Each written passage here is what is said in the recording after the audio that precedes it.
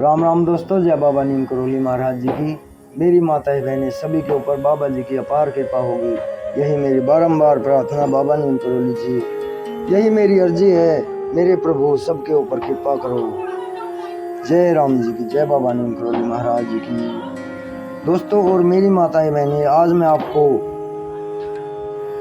एक पौराणिक कहानी है, ये लिखी है भारतेंदु हरिश्चंद्र जी ने और नाम है इसका अंधेर नगरी चौपट राजा। टकाशेर भाजी टकाशेर खाजा। ये बहुत ही अच्छी कहानी है, एक शिक्षा देने वाली कहानी है। इसे पूरा सुने और आगे भी शेयर करें। शुरू करते हैं। अंधेर नगरी चौपट राजा। एक बार की बात है, एक गुरु और शिष्य दोनों एक अनजान नगर में पहुंचे।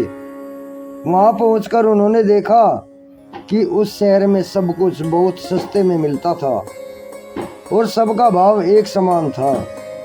यानी 1 टका में चाहे 1 किलो सब्जी ले लो, चाहे 1 टका में 1 किलो सोना ले लो, सबका भाव एक ही समान था। उसमें जरा भी ऊंच नीच नहीं थी। इस प्रकार वहां के माहौल को देखते हुए चेला बहुत खुश हुआ। उसे तो जैसे मजे ही दिखाई देने लगे। अब उसे वहाँ माहौल खूब पसंद आने लगा, लेकिन उसके गुरु को ये बात ठीक नहीं लगी। उन्होंने अपने चेले से कहा, बेटा अब ज़्यादा दिन यहाँ रहना ठीक नहीं है। यहाँ का राजा बिल्कुल मूर्ख है और उसके राज में गधे और घोड़े यानी बुद्धिमान और मूर्ख सब बराबर हैं। अर्थात एक मूर्ख नगरी है ये। अगर यहाँ का राजा कह दे तो दिन को रात और रात को दिन ही माना जाएगा। इसलिए अब जल्दी हमें यहाँ से इस नगरी को छोड़कर चला जाना चाहिए। हमें इस जगह को बदल देना चाहिए। अगर हम यहाँ रहेंगे तो हम कभी भी मुसीबत में फंस सकते हैं। गुरु की यह बात सुनकर चेले को पसंद नहीं आई। उसने कहा कि गुरुजी, मुझे तो ऐसा कुछ भी नहीं लगता। फिर भी अगर आप जाना चाहते हैं तो आप चले जाइए, मैं तो अभी यहीं रहूँगा। गुरुजी ने अपने चेले को खूब समझाया, लेकिन उसकी बात समझ में नहीं आई। उनके साथ दूसरी जगह चलने के लिए चेला बिल्कुल भी तैयार नहीं हुआ। चेले ने अपने गुरु की एक ना सुनी। अब गुरुजी ने अकेले ही जाने का निश्चय किया और जाते जाते उन्होंने अपने चेले से कहा, देखो बेटा, अब जैसी तुम्हारी इच्छा, फिर भी तुम अपना ख्याल रखना और अगर कभी मुसीबत आन पड़े तो एक बार मुझे ज़रूर याद कर लेना। मैं उसी समय तुम्हारी मदद के लिए आऊँगा। और ऐसा कहकर गुरुजी अकेले ही वहाँ से चले गए। अब चेला अकेला ही खूब मज़े से रहने लगा और खूब खा कर थोड़े ही दिनों में मोटा हो गया। अब एक दिन अचानक जोरदार बारिश हुई, जिसके कारण एक घर की दीवार टूट गई। उसके नीचे दबने से एक बकरी की मौत हो गई। अब बकरी के मालिक ने वहां के राजा से शिकायत कर दी। राजा ने जब बकरी के मालिक को बुलाया तो उसने कहा कि पड़ोसी की दीवार गिरने से मेरी बकरी की मौत हुई है। तो राजा ने उसके पड़ोसी को बुलाया, उससे पूछा, देखो तुम्हारी दीवार गिरने से एक बकरी मर गई है, अब इसकी तुम्हें सजा मौत दी जाएगी। ये सुनकर वो आदमी घबरा कर बोला, नहीं राजा साहब, इसमें मेरी कोई गलती नहीं है। दरअसल ये सारी गलती तो उस दीवार सीनने वाले कारीगर की है। शायद उसी ने दीवार को ठीक से नहीं बनाया, तभी तो वो बारिश से गिर गई।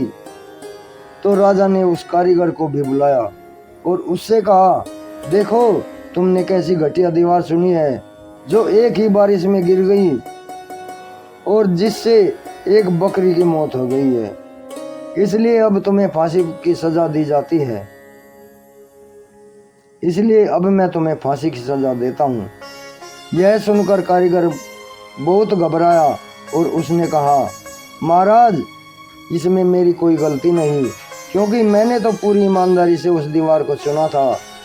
अब ये तो उस व्यक्ति की कमी है जिसने उस दीवार के लिए मसाला तैयार किया था। लगता है उसने ठीक से मसाला तैयार नहीं किया होगा और वो पूरी ईमानदारी से काम करता तो आज वो बकरी जिंदा होती। अब राजा ने उस व्यक्ति को भी दरबार में बुलाया और उससे कहा, देखो तुमने कितना घटिया काम किया है। तुमने उस दीवार को चुनने का मसाला ठीक से तैयार नहीं किया। तुमने सरासर काम चोरी की है, अतः अब तुम्हें फांसी की सजा दी जाती है। ये सुनकर वो आदमी बहुत रोया। उसने राजा से खूब मिन्नतें की, उसकी जान बख्श दी जाए, लेकिन राजा अपने फैसले पर कायम रहा।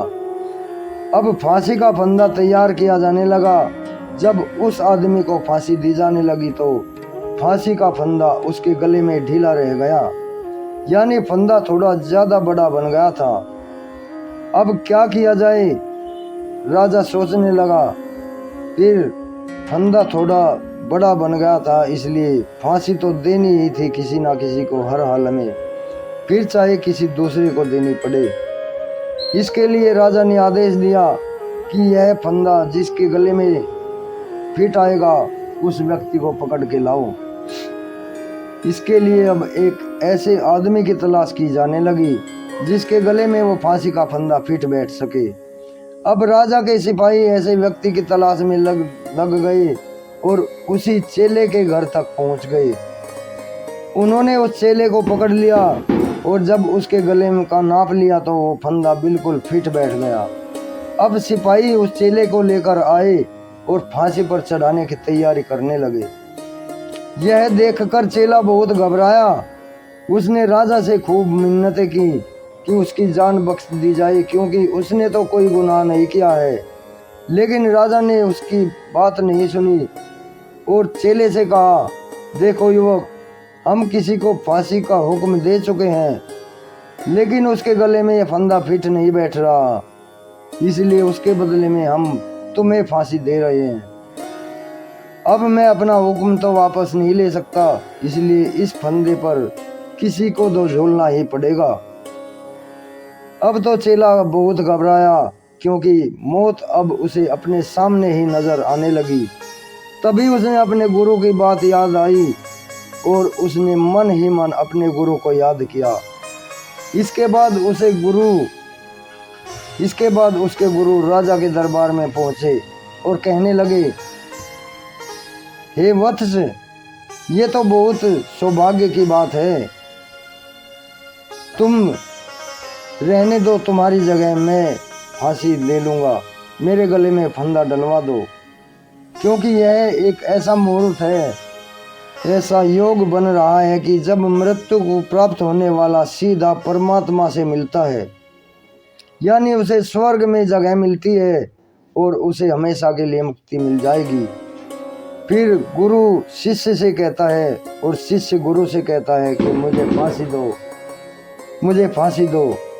ये सुनकर राजा कहने लगा, हे गुरुवर, अगर ऐसा है कि इस समय ऐसा योग बन रहा है तो मैं स्वयं ही फांसी पर चढ़ना चाहता हूँ, मैं स्वयं फांसी पर चढ़ूंगा। फिर उसने सैनिकों को हुक्म दिया कि अब फांसी के फंदे पर उस युवक को नहीं बल्कि उसे ही फांसी पर चढ़ाया जाए। इसके बाद राजा को जल्दी से फांसी पर चढ़ा दिया गया और इस प्रकार एक चौपट राजा, एक मूर्ख राजा अपनी मूर्खता से मारा गया। कहानी से शिक्षा मिलती है, जिस देश का राजा मूर्ख हो वहाँ न्याय की उम्मीद करना बेकार है। अभी आज्ञा लेता हूँ मेरे दोस्त, मेरे भाई, मेरी माताएं, बहनें। चैनल को सब्सक्राइब कर ले और आगे भी शेयर करें। जय राम जी।